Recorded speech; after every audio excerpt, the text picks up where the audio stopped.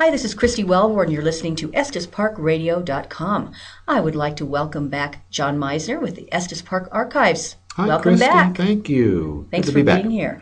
So we're going to be talking a little bit about the Stanley Hotel today. We're going to talk about the Stanley because 2011 is the 100th anniversary of an explosion that took place there. Oh my gosh. The Stanley, for those who aren't familiar, opened in June of 1909.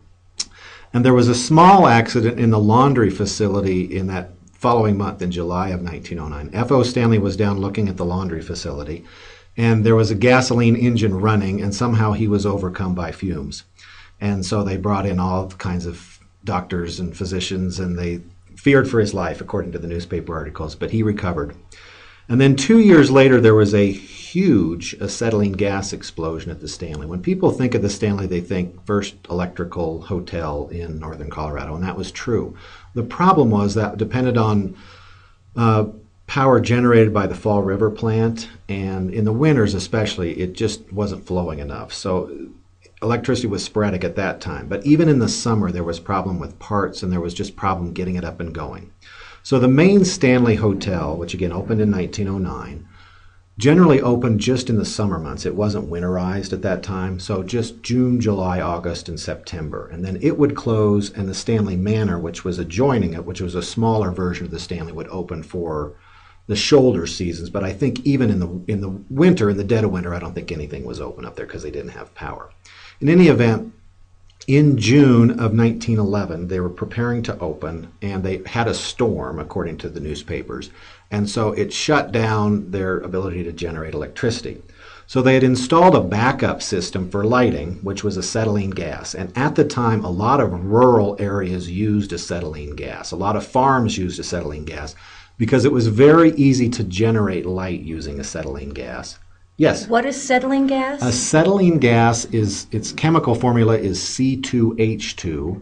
It's a volatile gas. It's an organic substance that has a triple bond, so it ignites very easily, and it's very explosive. It's a very reactive kind of compound. Okay. But you never want to transport it because in any form, liquid, solid, or gas, and especially gas under pressure, it's very reactive. And so there have been, even currently, a lot of people use acetylene gas for welding because it burns so hot.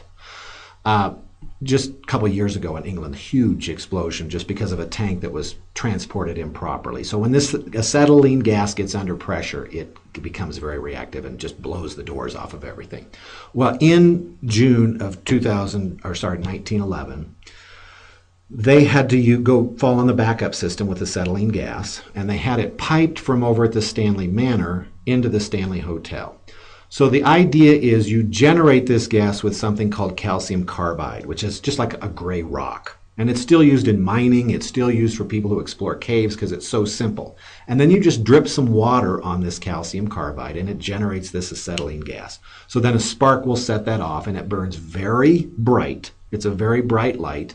And it's a very warm it provides heat. So people in caves or people who are mining, sometimes their lives have been saved just by lighting up their acetylene gas lamp because they can keep warm with it, and also it's generating this very bright light. And it takes very little of these calcium carbide rocks to get, light for hours and hours and hours.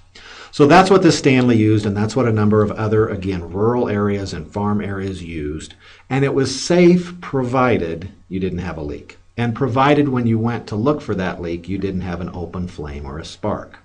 Well, unfortunately, the Stanley had a leak, and it's got a very strong garlic odor.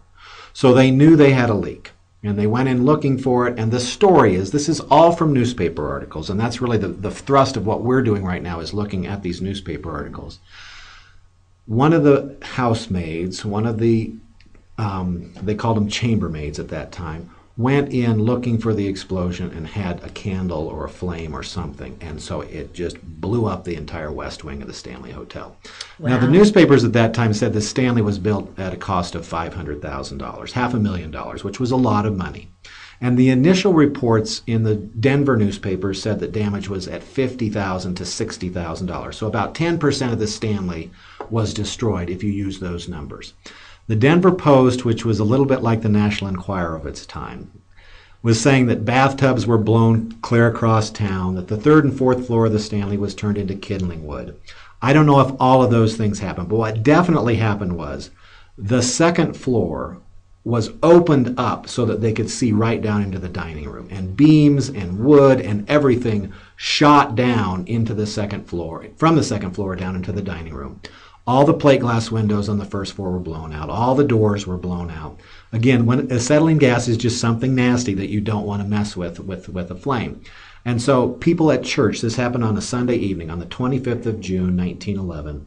There was a Sunday evening service at the community church. They heard the noise. They came up.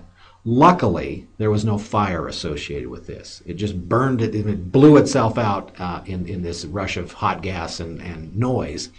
And so they didn't have to bring fire trucks up to fight it. But there was an injury. And there was a significant injury to one of the chambermaids, the one who had lit or looked for the leak initially.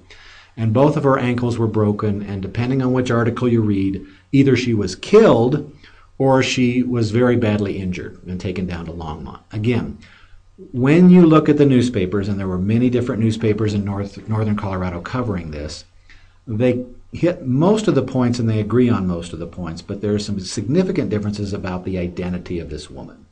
And that's where we got interested in Estes Park Archives, because somebody from the Stanley Hotel came and said, we're giving these tours.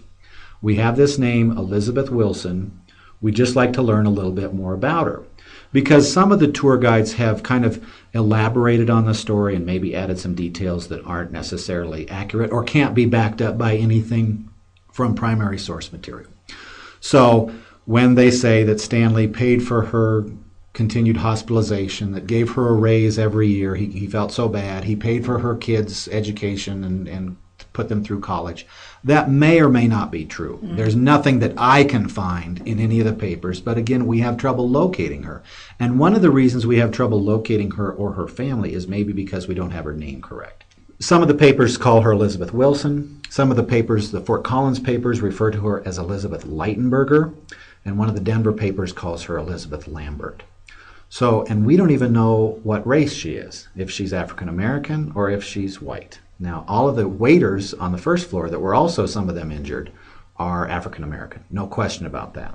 But we don't know even where to start looking. So that's where we enter the picture and say, okay, let's bring what techniques and what power we have using the internet and other sources to try and find out who this woman is. Well, that's very exciting. Okay, well, we want to hear more about it, and we'll hear the second half of the Stanley Museum, Stanley Hotel fire in our next segment. John Meisner with Estes Park Archives, thank you so much. Yeah, You're listening to EstesParkRadio.com.